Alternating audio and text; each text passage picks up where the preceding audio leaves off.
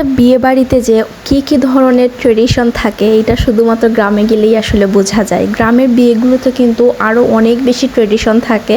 So সেগুলো সব মিলিয়ে আজকে আপনাদের সাথে একটা ব্লগ শেয়ার করব। এটা খুবই ইন্টারেস্টিং হতে যাচ্ছে, আপনারা অনেক কিছু দেখতে পারবেন।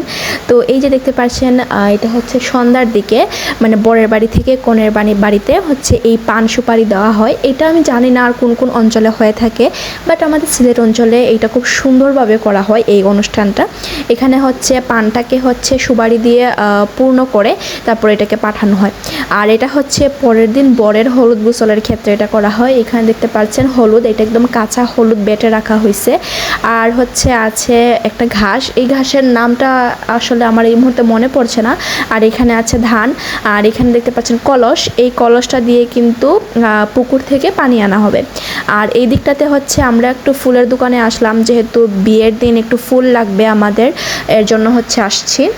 এখান থেকে আমরা মালাটা নিব আর ফ্লাওয়ার বুকে একটা তৈরি করে নিব বরের জন্য আর কি, মানে যেন মানে কনেকে দেওয়া যায় বিয়ের দিন। তো এই যে দেখতে পাচ্ছেন আমরা এটা বানিয়ে নিয়েছি। আর এখানে হচ্ছে মালাগুলো আছে, আমরা হয়তো সবগুলো ফ্রেশ ফ্লাওয়ার দিয়ে করতে চাচ্ছিলাম, আর এর জন্য আসলে বেশি ভালো লাগছিল। আর এই দিকে আমার ফ্লাওয়ার কেনাটা শেষ হয়ে গিয়েছে, এখন আমরা বাসায় চলে যাব এবং বাকি রিচুয়ালসগুলো আপনাদের সাথে এখনই আমি আপনাদের সাথে শেয়ার করব।